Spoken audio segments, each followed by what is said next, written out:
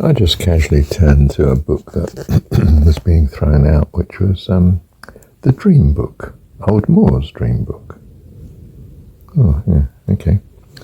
And which I've mentioned perhaps earlier, don't know. And on page 25, one, two, three, fourth complete paragraph down, first sentence. The conscious mind is preoccupied with here and now, and is poised to take instant action in order to control the present. In other words, it struck me immediately, instantly it struck me. The conscious mind is there as the ego's right-hand man. And the ego's job, as I understand it, its reason for being, is to preserve the life of this individual. My ego protects my life here and now and gives priority to that goal. Now, there have been outstanding cases where, the hero's gone forth in history and put some other person's lives before his own. But that's not typical of egos. They are outstanding people, and we may say they're wonderful people. And perhaps they're persons for whom the ego has expanded truly to include the others that they were, if you like, fighting for or protecting or preserving in some way. But the basic pattern is that the ego is there to protect your life.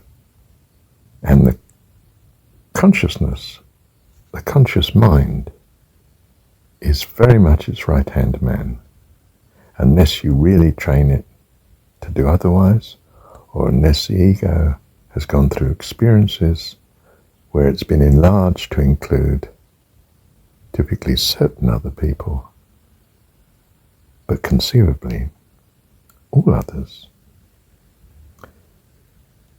And that's what we call love, this enlargement of the ego, not its destruction. I take you in as part of my own ego when I love you. Your welfare is my welfare. Do you see? I am concerned about your welfare. I love you. If I do. So, to say it again, the conscious mind is preoccupied with the here and now and is poised to take instant action in order to control the present. Well, this was in contrast to the subconscious mind, which certainly has some, and we may surmise has all the history of, say, our present life. This incarnation, if you like. If we've had previous incarnations, then it seems more likely that we have than haven't. Then perhaps some or all of that data is also accessible to the subconscious mind. And what we're really now saying there is then that the subconscious mind has a much more open access to God's mind than our conscious. In other words, our normal preoccupation of thinking is with the now, unless we're being analytical and, reviewing and discussing.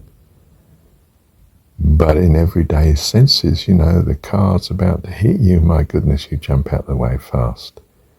You don't sort of weigh up whether it's worth staying on earth or not. You jump fast out the way. And if it's someone you love, you grab them or you push them out the way fast to protect them. That's what the conscious mind does. It's very much concerned with the present continuity of life and whatever's preoccupying us in the present, which may or may not be affecting that continuity and our present happiness. Well, this is the foundation of a chapter, the prophetic and telepathic dream. And I thought, I don't really want to read that chapter. I've had enough of religious prophecy, especially what turn out to be pretty phony prophecies very often too. Not always, but you know. But I've realised this notion, this understanding of the conscious and the subconscious, combined with my understanding of the ego, which I hope is not too abnormal. Oh, I think it's fairly normal, of course. Well, I say of course, but still. Very much opens up in my mind the possible validity of dreams. There's a few other comments down here on this page too. I'm on page 25. Let me just pick out a few. Well, just to give you a feel, I'll read the rest of this short paragraph, shall I? Oh no, the next one. History has recorded scores of notable and amazing cases in which the Derby and Grand National winners have been correctly forecast in the dream state. In fact, history records cases where the politics and military strategy of a nation have been changed by virtue of moves indicated by the subconscious in the dream state. Well, I'm not entirely convinced about the validity of these statements in this paragraph, but I do feel it has some plausibility about it. I tentatively say I think it's true. Well, his next paragraph, the last sentence, is interesting. I think the conscious mind can both broadcast thought and receive thought waves. And now that is definitely what I've considered the possibility of, that the brain is not just a receiver of thought, it's a transmitter as well. In fact, I suppose what I've really thought is that the brain is a receiver of thoughts from elsewhere. The mind of God, in fact. That, you know, it's not storing everything it's thinking about. Much of what it's thinking about is just pulled out from heaven, if you like. And equally, I can well believe that the brain could be a transmitter. And in fact, if it's not, then, well, I suppose when we're praying, we're not necessarily just transmitting a request to God. We're thinking something, and God may be sensitive to what our mind's thinking. Not because we're transmitting it, but because He's present, for instance, in some spiritual sense. Okay. Well, of course, the purpose of the book is about dreams, and the pretty well acceptable assumption is that they're dominated by the subconscious, and that in some sense it's freer to have access to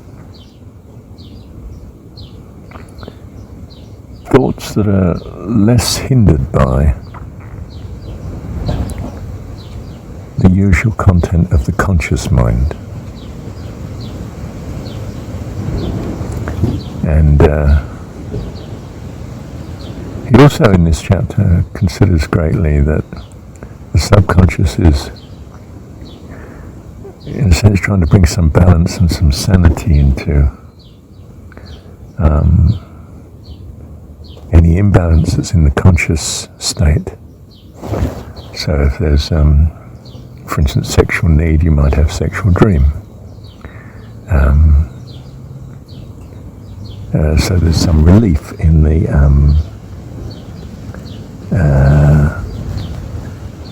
predisposition to be longing for. which in some sense, I don't know, the natural body might have, despite what the conscious mind is allowing, or allowing to be recognized, I should say. And, well, obviously the author clearly believe in the thesis that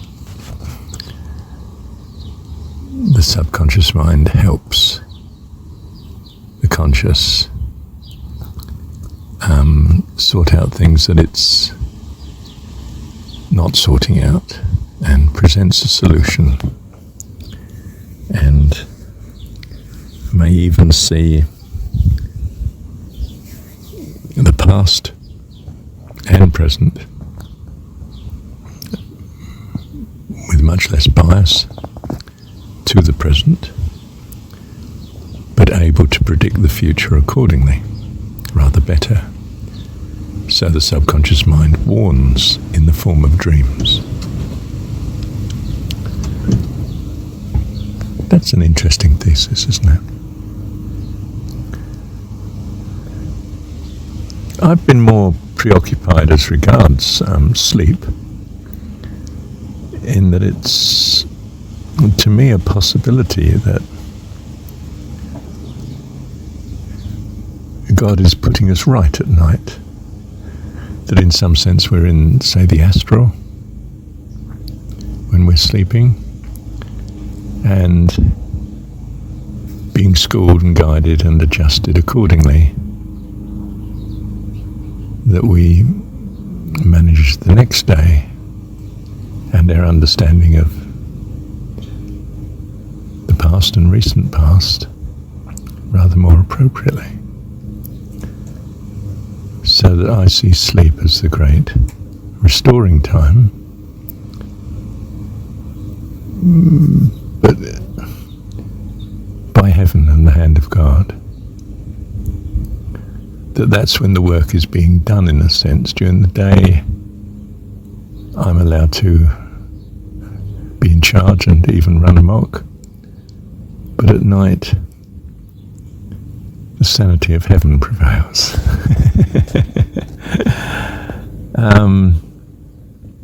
I think this thesis that's in Oldmore's Almanac here that we've just been looking at is more entertainable by the secular mind, of course. And I haven't been so aware, but I should be aware that these authors aren't talking about God, or if they are, they're not talking about God very much. And so, well, they don't realize it, but they're under a handicap in trying to, in my view, in trying to comprehend what's going on in sleep. If in your reasoning God isn't really in the picture as regards your consciousness.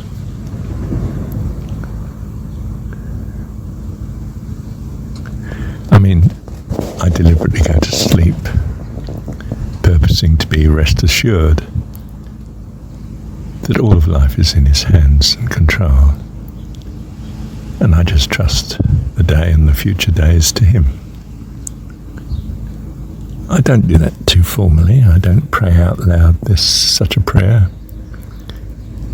But that is my predisposition, I think, most often when I go to sleep. Well, sometimes I'm just so tired I just flop and that's it. Gone. I don't even bother to do the Kriya because I'm just not going to be up to it. I'll lose consciousness of the counting, or I'll fall asleep anyway, and I'm going to fall asleep. I can do Kriya when I wake up in the night, 2, 3, 4, 5 in the morning. There's no rush.